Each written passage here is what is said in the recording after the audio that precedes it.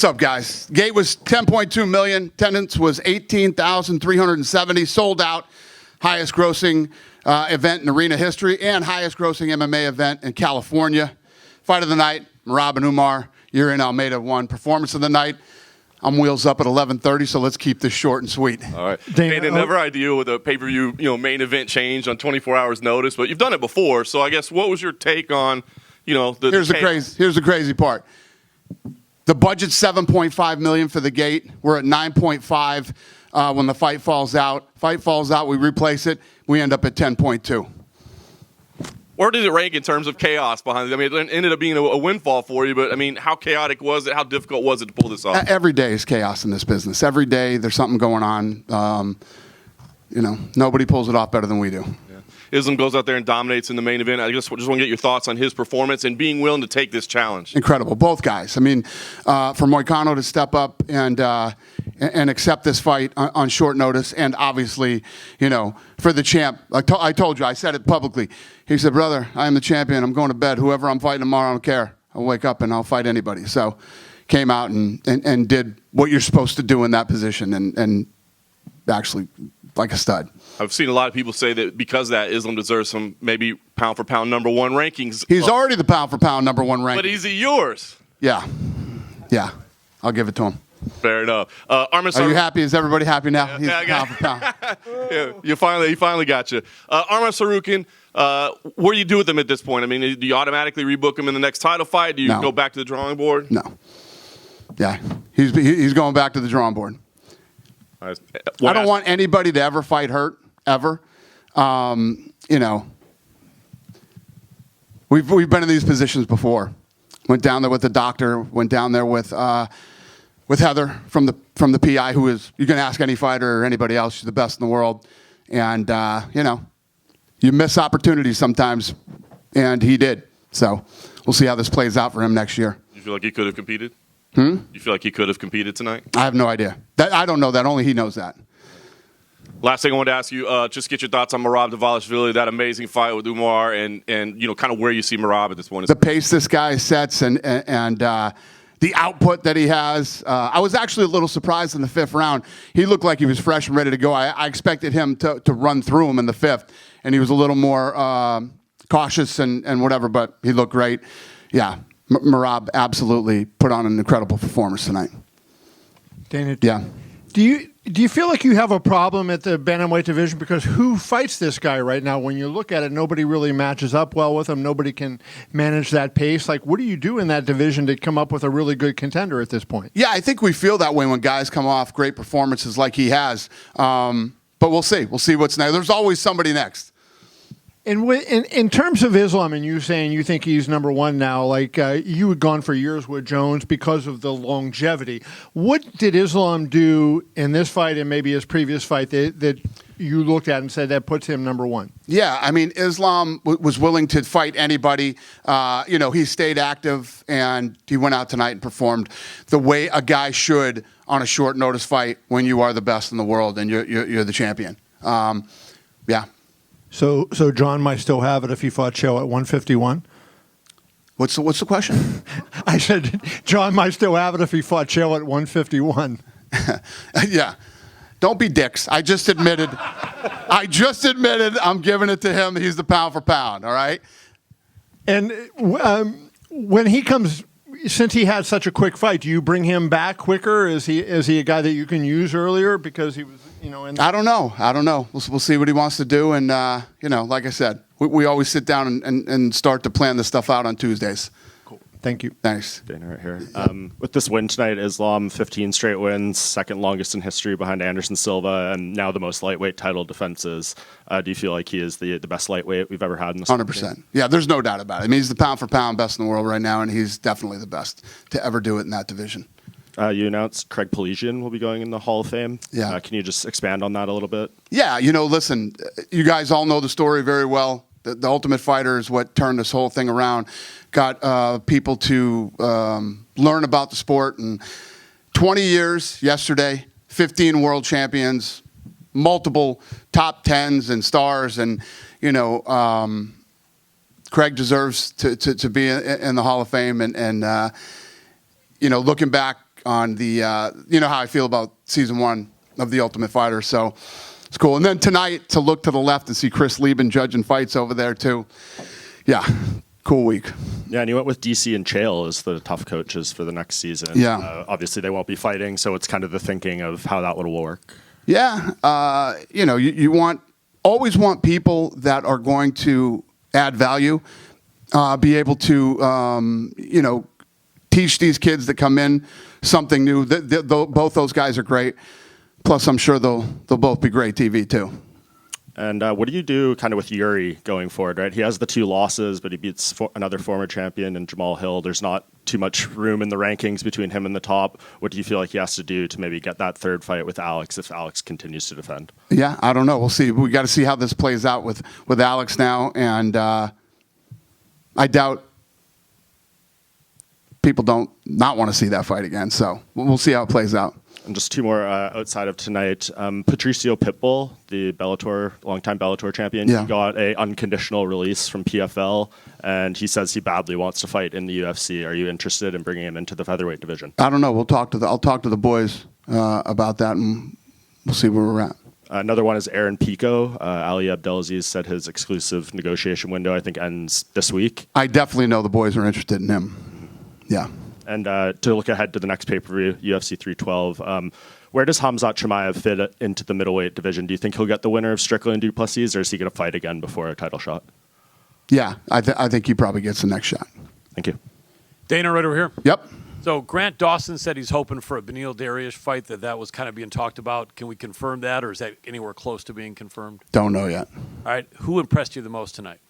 Oh, shit. I mean, it would have to be the co-main and main event. I mean, Merab, the pace he set, how good he looked. I think a lot of people thought he might get out-wrestled by Umar. That was not the case. Oh, and by the way, we didn't even mention this, that he broke George St. Pierre's takedown record, all-time takedowns in UFC. So, great night for him. And then obviously Islam came out and delivered.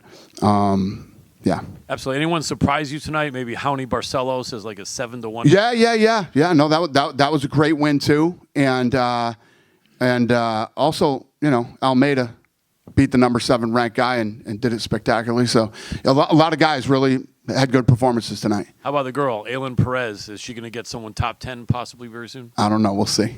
Appreciate you. Thank you, sir. Dana over here. Dana, you're showing a lot of love to the Inland Empire in Anaheim. This was a great event. The Intuit Dome really lit up. Is it safe to say LA County could get more UFC events again in the coming years? No, we're never coming back here ever again, sir. Why? It was a terrible event. This place sucked, and we're never coming back. Yes, this place is beautiful. I mean, look how badass this arena is. Look how good it looks on TV. You know what? I'll tell you what. I love tonight. So many people came up to me tonight and said, "Thank you for not pulling this fight out of LA. LA needs this, and we needed this." And obviously, when you look at the gate and everything about tonight was awesome. And yes, we will be back to LA. Thank you so much. Charles Oliveira was a very prominent part of Fight Week. With Arman now back to the drawing board, is it safe to say he's the front runner maybe for Islam at 155? No clue. We'll figure that out on Tuesday. Dana, and then finally, Rainier de Ritter had a great victory. Caio Bahaio's on a roll. Khamzat's on a roll. Can you just talk about where RDR fits into middleweight and just how that division is shaping up right now? Yeah, you look good. I have no clue. Figure that out on Tuesday. Thank you. Thank you. Dana over here. Yep. Craig Peligian gets inducted to the UFC Hall of Fame. First Armenian inducted, especially to announce that in Los Angeles. Obviously, Arman's not fighting, but still you had a lot of Armenians in the crowd. Just talk to me about, what that moment was like, and also tell us a little bit about you and Craig's relationship. Yeah, it literally just fell this way that, we're here and the Armenian, the whole thing just sort of landed on tonight. But yeah, I mean, I've had a 20-year history with Peligian, a 20-year relationship with him, and he's one of the best, producers of television in Hollywood. And we lied to him tonight on why he was here. I asked him to come to. He had no idea that was going to happen, and he was pretty excited about it. So did you talk to him afterwards? He was with me. Yeah. Yeah. Final question I have to ask you. You said going back to the drawing board with Arman. Kind of tell us about what that looks like. What are you going to kind of envision? I don't know. He's not getting a title shot, so that means he's going to have to fight his way back to the title. Thank you. Dana, you said that the UFC was going to come here definitely, but Vegas was a backup with the fires. Right. Can you tell us how crazy that situation was? It wasn't at all. We were coming here no matter what. Listen, you have to have a backup. You know, you're a fool if you don't back it up and something really goes wrong. But we go. We're going. We went through COVID. We go. We were coming here no matter what. There wasn't a time where Never. Let's see what's happening to. Okay. Never. And you're catching a plane. Where are you going? DC? I'm going to D.C., yeah. Can you tell us what you think this means for the country after the next couple of days when Trump becomes It doesn't suck. I can tell you that. I'm really happy about it, and I love him. I'm really happy for him, and he's actually he'll be here on Friday. I talked to him this morning. He says he's coming to California on Friday and wants to help out. Thanks. Thank you. Dana. Yes, sir. Dana, did you see two former rivals, Israel Adesanya and Robert Whittaker? They filmed an episode together and they were training together. What'd you think of that? I didn't know that. That's fascinating. Very cool. And one more from me, another middleweight, former UFC middleweight, Darren Till. He won a Misfits boxing match today by. I saw that on the internet. Yeah, I saw that. I never heard of the guy he fought, but I guess he's a tough guy, and it was a big deal that Till beat him the way he beat him. Yeah. Then over here. After the Umar fight, you had a short conversation with Khabib. Did he think Umar won somehow? Maybe he was hoping he won. And what's next for Umar?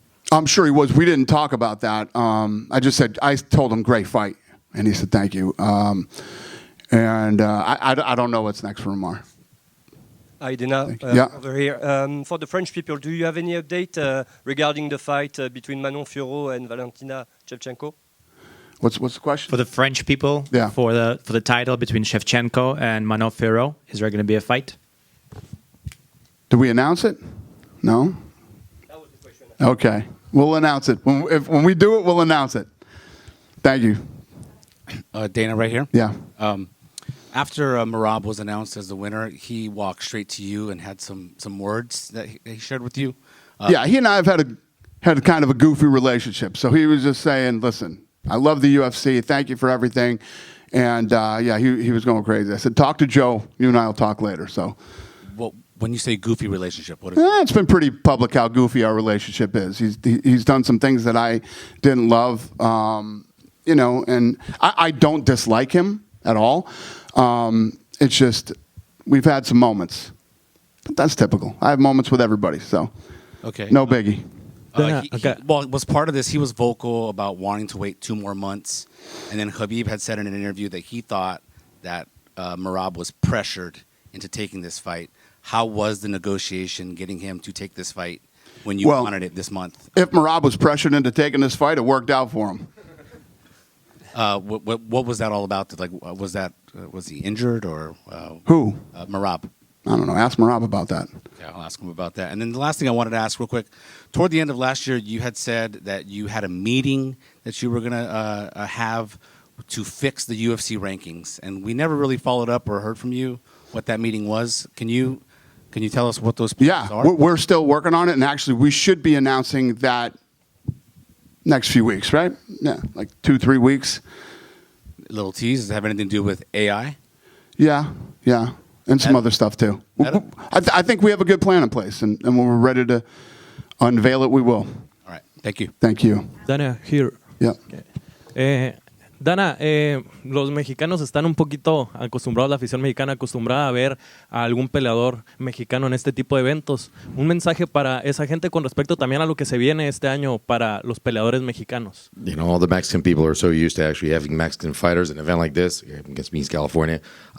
Any messages as to what's going on for Mexico this year? What's in store for Mexican fighters and Mexico?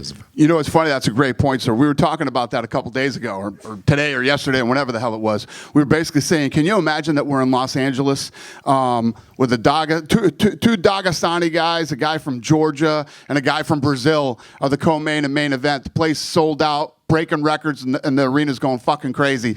This was unheard of. You know, you would have had to come here with De La Hoya or some boxers from Mexico back in the day, but it's just a testament to how much the sport has grown and how you don't have to have guys from certain areas to roll into different cities. It's actually fascinating. But What was his question about Mexico? Plans for Mexico this year. Mexico fighters, Mexico. We're going to Mexico City this year, and you know how invested I am in Mexico. The PI, the whole deal. Lots of good things for Mexico this year. Hey Good? Dana. Just in the middle, towards the back. Last year, you told us early this year you'd have an announcement to make about entering boxing. Are you close to making that announcement? No. There's stories being written out there, but no. In the New York Times with a boxing league with Turki Al-Alashik. Yeah, I saw that article. What did you make of it? I think that the article was incredibly premature, and if there was a deal done, it would have been announced. You would have had quotes from me. No quotes from me or UFC or anything. So once the Apex has had its expansion, could we see boxing at the Apex? I think you can see a lot of things at the Apex after the expansion. The Apex is going to be badass when it's done. It's like a $26 to $30 million expansion, so it's going to be very nice. Looking forward to seeing it. Thank you, sir. Dana, you mentioned just Los Angeles. It was a great turnout. Unfortunately, Tsarukyan's fans didn't get to see their guy fight. Would you want to? Who didn't? Tsarukyan. Yeah. A lot of Armenian fans wanted to see him tonight. You really didn't get to see that from a fan base standpoint. Would you want to bring him back to like a fight night at the Honda Center just to bring him back to Southern California for him to get that opportunity? I don't know what we're going to do with him next. I don't know what's next. We'll see. I'm sitting right here, right now. I have no idea.